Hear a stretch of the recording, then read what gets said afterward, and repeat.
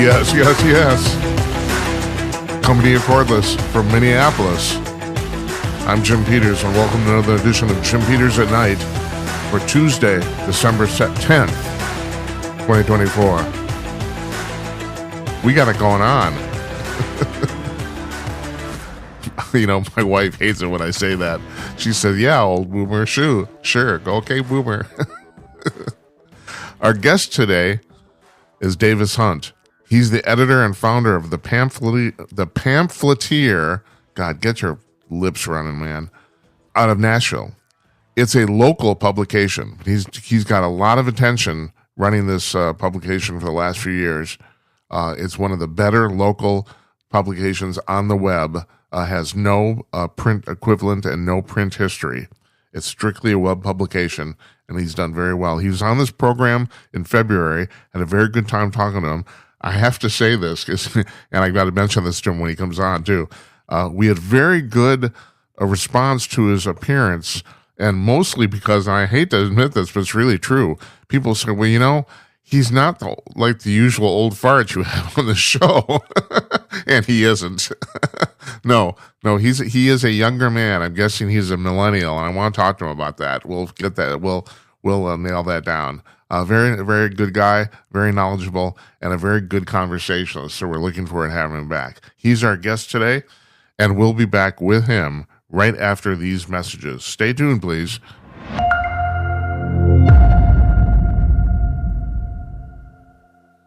Hi, all. I want to talk to you about Conk News. You've probably heard me talk about this before, but if you're a news junkie, you should try this out. Conk News is a news aggregator. Now, there are plenty of news aggregators on the web, but Conk News is different than all the rest, and here's how. Most other news aggregators will lump the top stories from each news source under that news source. The top 10 stories, like, for example, from Fox News, Breitbart, the New York Post, etc. What Conk News does is it sends its servers out onto the web to over 75 different news sources every 3 hours. And yes, this is an automated process, but in this case, that's actually a good thing. And collects the latest stories from said 75 sources and then lays them out on its own front page in the order they were posted, regardless of the source. So you see the latest stories at the top of the front page, regardless of where they're from. And this is all free to you. You don't need to log in. You don't need to subscribe, register, nothing. It's completely free. All you have to do is go to conk.com to check it out. That's conk.com, CONK.com, conk.com, Conk News.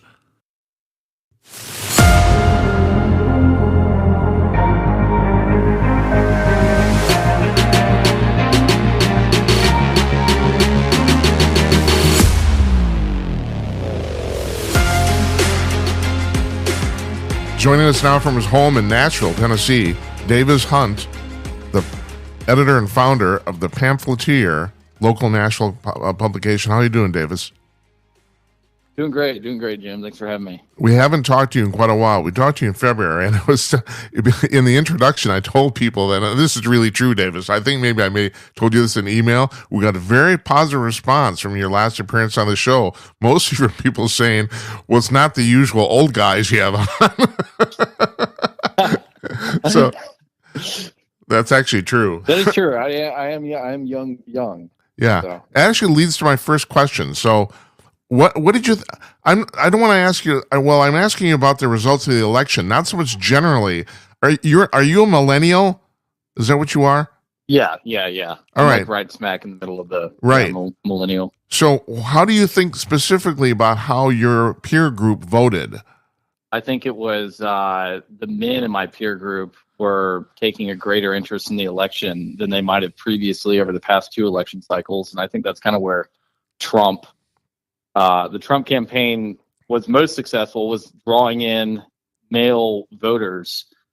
I mean, you know, I like the election results split pretty evenly. I mean, it's essentially men voting for Republicans and women voting for Democrats at this point. That's, you know, maybe a crude way to put it. Like there is some nuance there, but for the most part, that typically is how it seems to you know, Right. to divide up. I mean, I talked to, like, just as an indicator, a couple of weeks before the election, I talked to someone whose wife, who had voted for Jill Stein in 2020, and whose wife was voting for Jill Stein this time around again, and he was voting for Donald Trump. So when I had that discussion, it kind of signaled to me that there was, this guy was around my age. So it just kind of signaled to me that there was this, Trump had become more palatable to some people than you might not have previously been palatable for.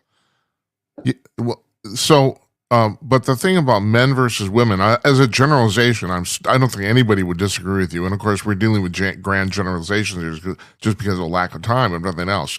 But the thing about men voting for Trump is that do you think that men are getting tired of being tossed around with this toxic masculinity crap? Do you think it's a reaction to that? Oh yeah, 100%.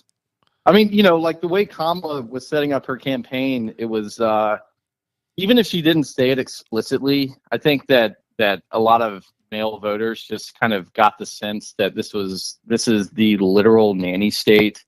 I mean, her just how she comes off is even more nannyish than, say, Hillary Clinton was in 2016. Kamala built her campaign around this kind of, I don't know, amorphous, like she's the candidate of joy and all this stuff. It just smelled bad, and I think most men just kind of, and yeah, I mean, it just didn't. I just can't imagine. A lot of men probably just confronted the simple fact, I can't, as a man, vote for Kamala Harris. I really love the fact about that you said it smelled bad, and it did. Yeah, yeah. It was just, yeah, very few people. Well, I personally think this is the reason she lost. Very few people could actually imagine her running the country. I mean, from all sorts of different angles, regardless of what your angle was. Is like, so where does your publication sit in all this now? I mean, there does seem to be now not just a rejection of the left, but there particularly a rejection of the mainstream media. And are you processing are you profiting from this at all, or how's it work for you and the Pamphleteer? I mean, the Pamphleteer is mostly concerned on Middle Tennessee and more specifically Nashville issues and concerns, and a lot of times these things kind of echo out and reflect broader, more national concerns, and so you can kind of contextualize something that's happening in Nashville with like a broader national political development. Like, for example, immigration is one of those things. How is the city going to handle immigration? Are we going to be like Boston, where the mayor has said that she's not going to comply with ICE if they try to carry out, deportations in the city, or is the mayor going to comply?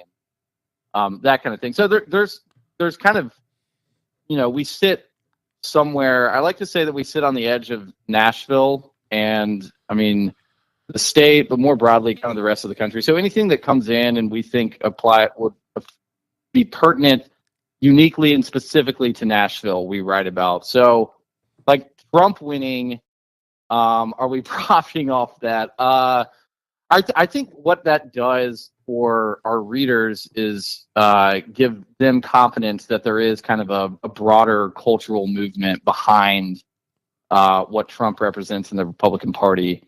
And for people that pay attention to city politics, and I think this is generally the case for most American cities, there's not really a sense that Republicans or conservatives, or more broadly, the right, has a toehold in city politics. It's kind of it's assumed that it's the domain of the left, of the Democratic Party. I mean, Nashville went 2-1 for Kamala Harris, for example.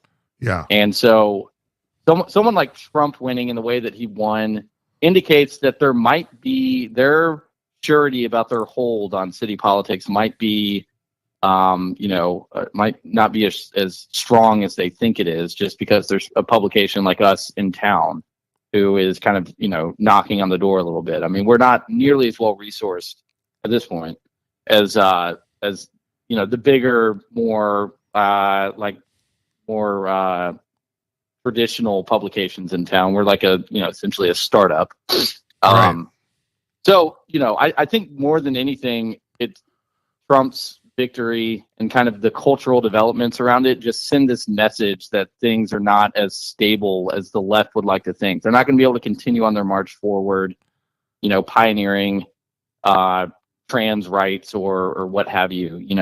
There's a serious coalition building that's opposing their agenda, and it's widely popular. Davis, why do you think your publication in particular, I mean, you've gotten a lot of attention nationally, and I mean, it's a very good publication, but why do you think you might be different than other local publications across the country? What do you think you're doing differently?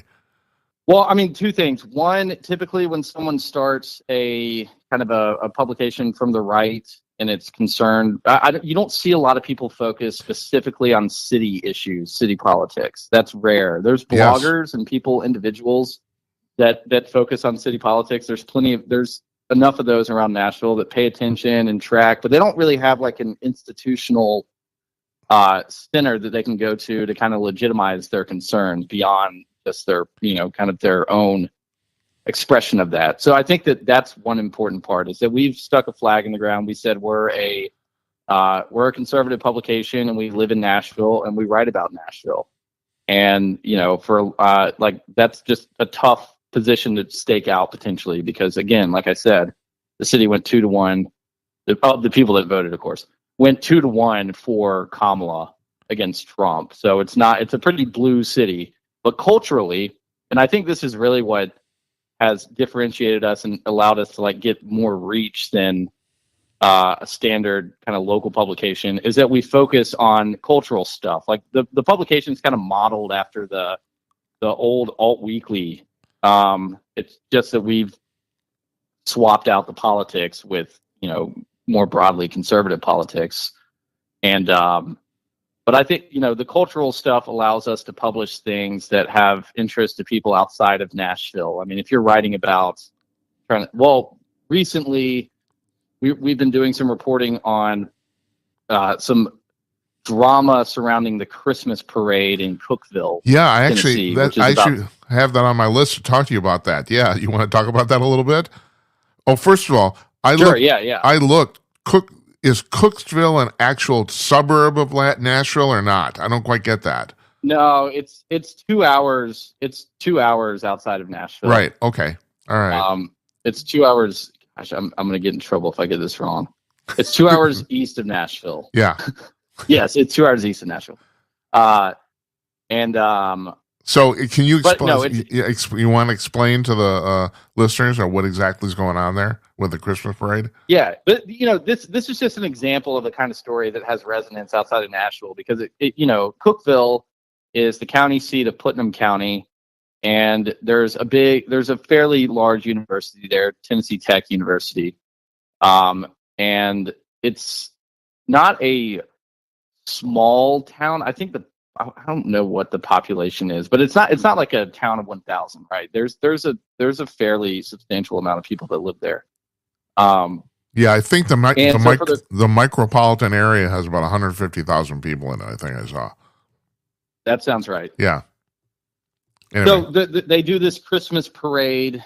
They've been doing it for a couple of decades at this point, and it's typically headed up by the Cookeville Chamber of Commerce. But last year, some drama got kicked up after the Chamber of Commerce rejected the applications of some people who wanted to put a pride float in the Christmas parade.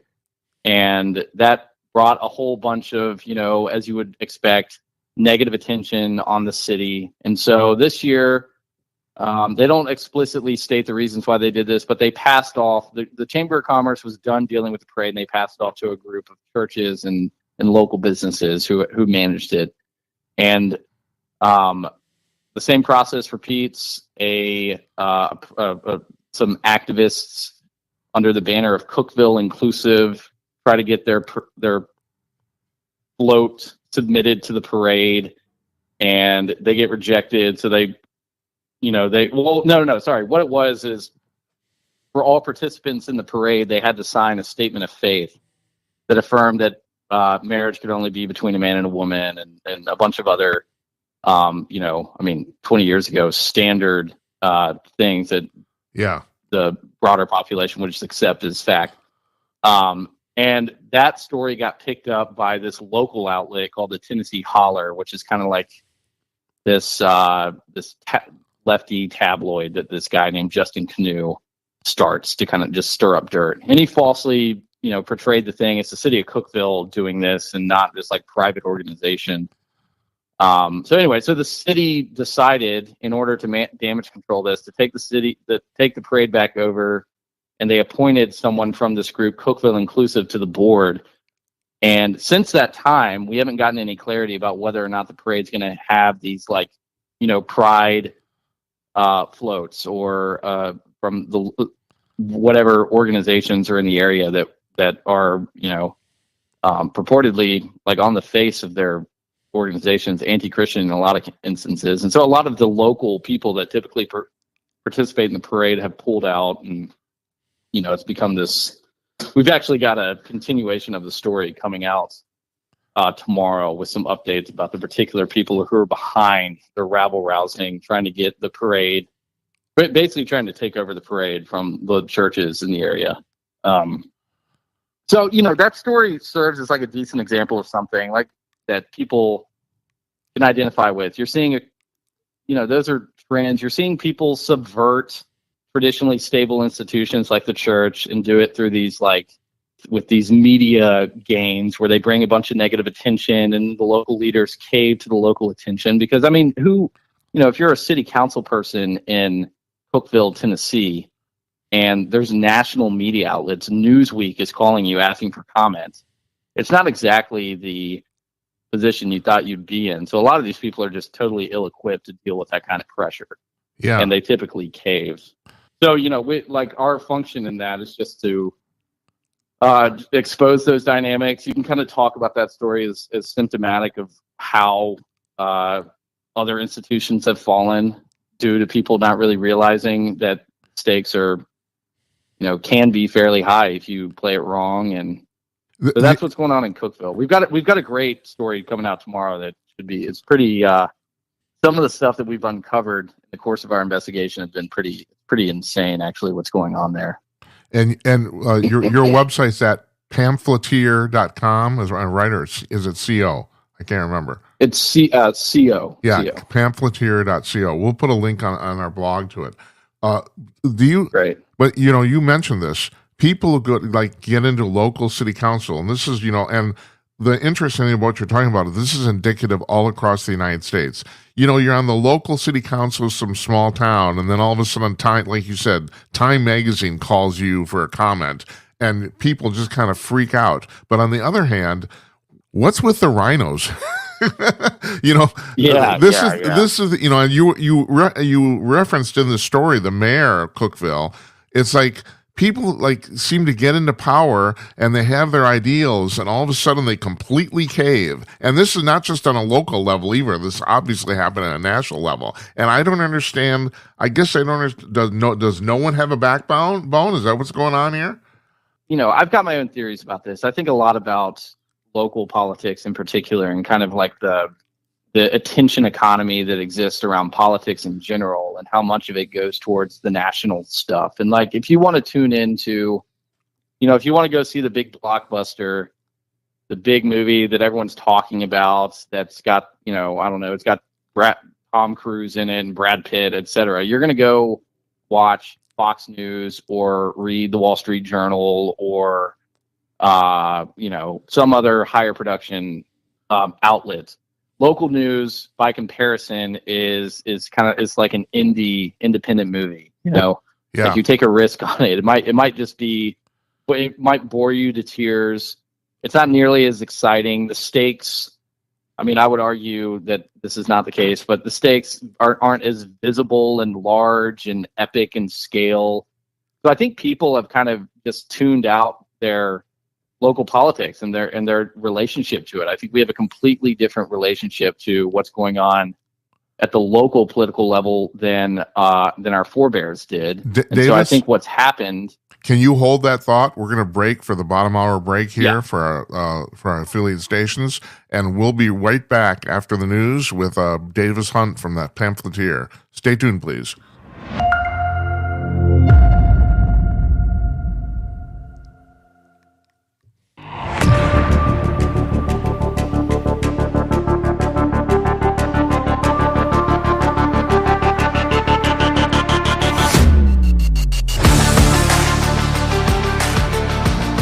It's part 2 of Jim Peters Tonight. I'm Jim Peters. We're talking with Davis Hunt, the editor and founder of the Pamphleteer, local Nashville publication.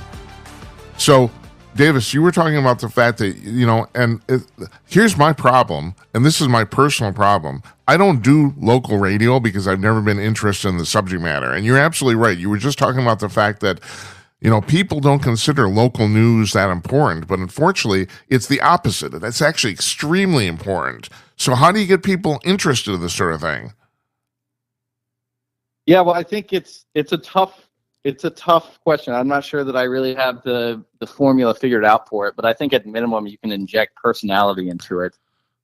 Because if you're not engaging these people that have totally tuned out local politics, then like a quarter in a off-cycle election year in Nashville, for example, only 25% of people turn out to vote. Like for the mayor's election last year in November, I think 25% of Nashvillians voted for mayor, right?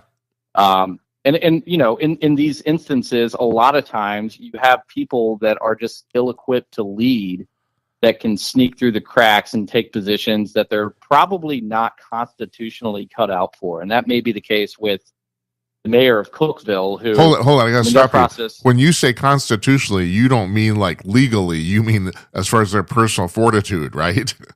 Yeah. Okay. Yeah, All right. correct. Go ahead. Yes.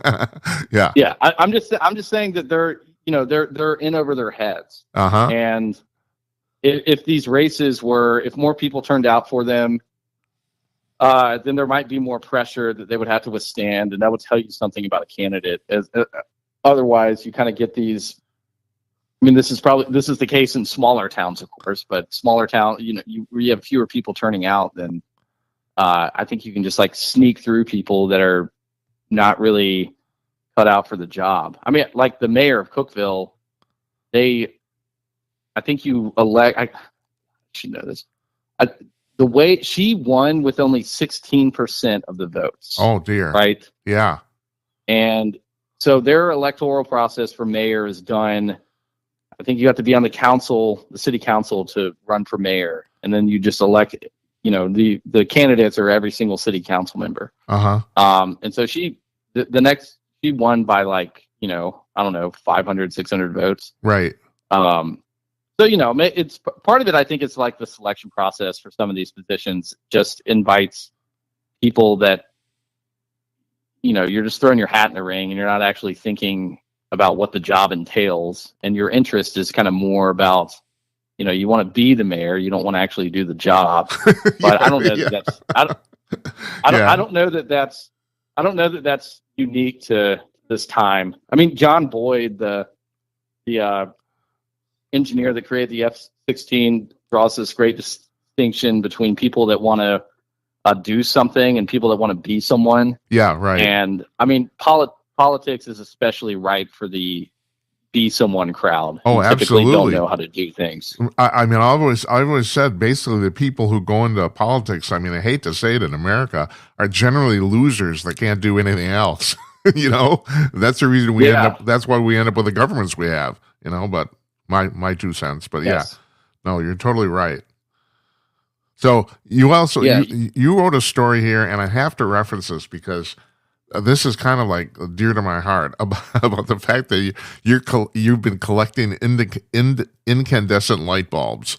Okay, so now I gotta just offhand, I gotta tell you, first of all, I'm big on LED light bulbs because of the control of the light and the fact they save electricity, but not for any environmental reason whatsoever. I think that's complete crap. Just like I kind of think electric cars are cool and the torque is good, they're clean, all that sort of stuff. You're not saving the environment by buying one. If you think you're fooling yourself, and you kind of reference all this in your article. So I don't know. Expound, please. So the incandescent light thing is, I 100% agree with you. My preference for incandescent lights is not out of any no hatred towards the environment and no desire to save the environment. I think it's not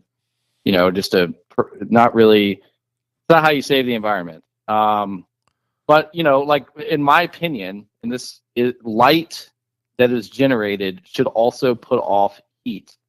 And a lot of times the LED lights you get are, not putting off heat, and they're also putting off a narrower spectrum of light. So this is.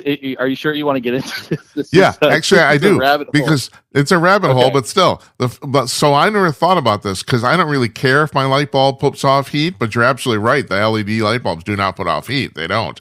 If this is important to you.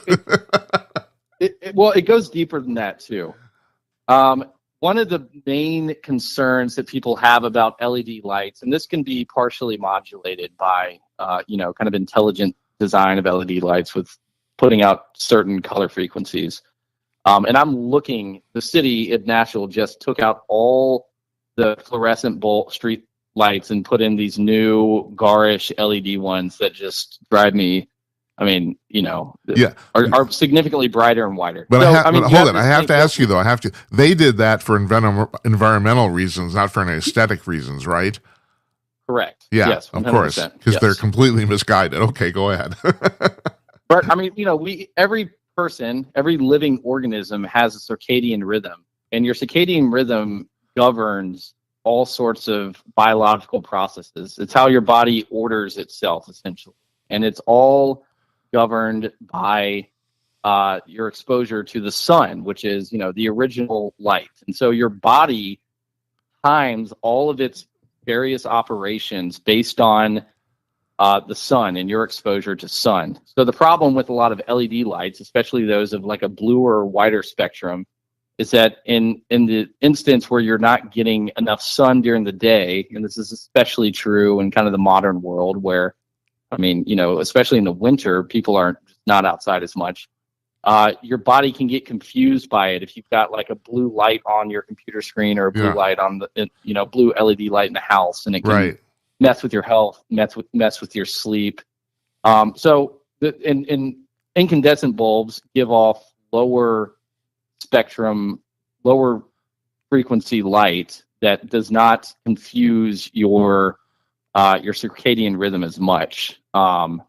And so there's that aspect of it too. To me, it kind of offends my sense of order where we have the lights of the day and the lights of the night, right? The lights of the day being the sun, the lights of night being fire and those things which approximate fire. That's how it's always been. It's only been in the, I guess the past 100 years that we've had this sudden infringement of the lights of the day, or those that try to emulate the lights of the day infringe on the night. And I wrote this essay on this a couple of months ago, kind of expanding on my thoughts on all this. So it kind of goes toward the incandescent bulb to me. And I'm someone who I wrote software for a while and have a generally favorable view of technology. But I don't think that all technological advances are good. I think that you can make the distinguishment between those that are kind of that aid man and those that hurt him. Like, one could, social media is kind of one of those. There's a pretty good argument that it's kind of hurt man in a lot of ways. And I would put indoor lighting at night as one of these things, like the aggressive end of this, as one of those things that could be potentially harmful. But I think the incandescent bulb is like a gradual enough development from fire, which was what you were before electricity. You had no other way to illuminate the night. Yeah. From fire, that it doesn't take us too far away from what what our body has been used to over millennia, which is just exposure to lower frequency light at night. So that's my long diatribe on. I'm glad you expounded on this, because even though I started this appearing to disagree with you, I can't disagree with a single thing you said. I can't. As a matter of fact, the one thing that I find really interesting, you were talking about, the difference between people not going outside much, and this is a sidebar, but I think it's just as damaging. Yeah. So if you're going to go outside, put on sunscreen, and then people wonder why they have a vitamin D deficiency. I mean, it's like this is crazy to me. Like all right, you shouldn't probably lay out in the sun at the beach for an hour and a half. That's nuts. But just going outside, and then you wonder why you're unhealthy. It's like, I just find this crazy. So yeah, this is a if you have touched on the reason I wanted to ask you about this because I think you've touched on a large I don't know if it's a problem but debate about the fact that like you said not all technological advancement is better. That's the thing.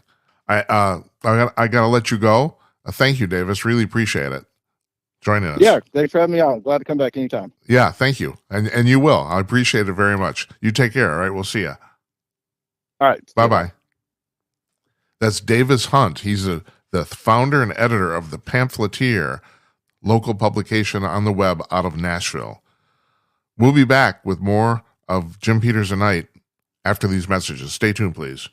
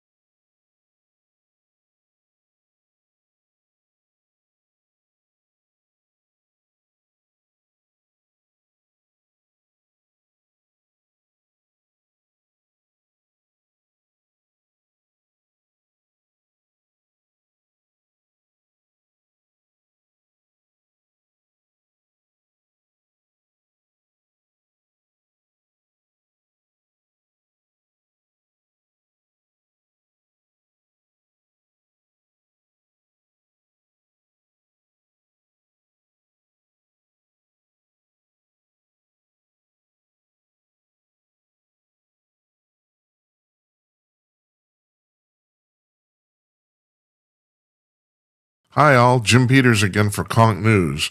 Let me tell you one of the greatest things about Conk News. It's free. It's completely and totally free. You don't need to register. You don't need to log in, subscribe, none of that stuff. Sure, they run a few ads on the front page, but if you're an old fogey like me, you might actually appreciate this because when you check out Conk News at conk.com, you'll probably notice that it's the closest thing to an old-fashioned hard copy newspaper that you'll find online. The latest up-to-the-minute news from 75 high-quality sources collected every 3 hours, all laid out with photos and headlines directly from the articles. And when you click on a story, you go directly to that story. No ad page, no interstitial page, none of that stuff. This is the way online news is meant to be. And did I mention that it's completely free? Seriously, how much of stuff in America is free now, right? That's of quality anyway. So check this out for yourself. It's at conk.com, CONK.com. Conk News.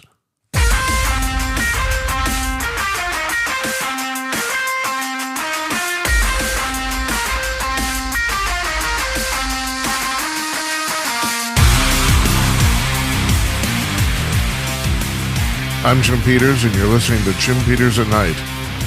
Our thanks once again to Davis Hunt from the past Pamphleteer, hard to pronounce, in Nashville.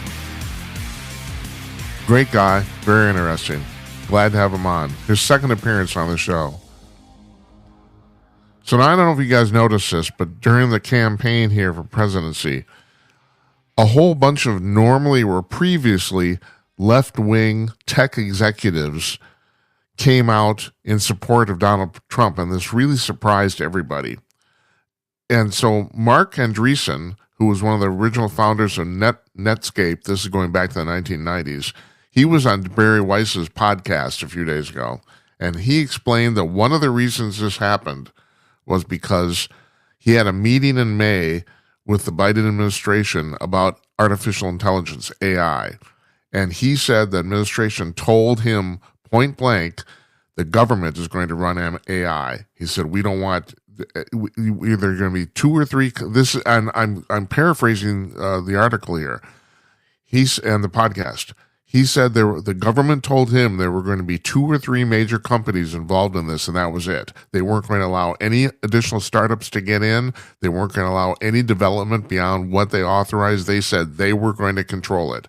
And he described that, the quote is, he described that as absolutely horrifying. And it is. Because these people can't even run the trains on time. You want them to run artificial intelligence? That's nuts.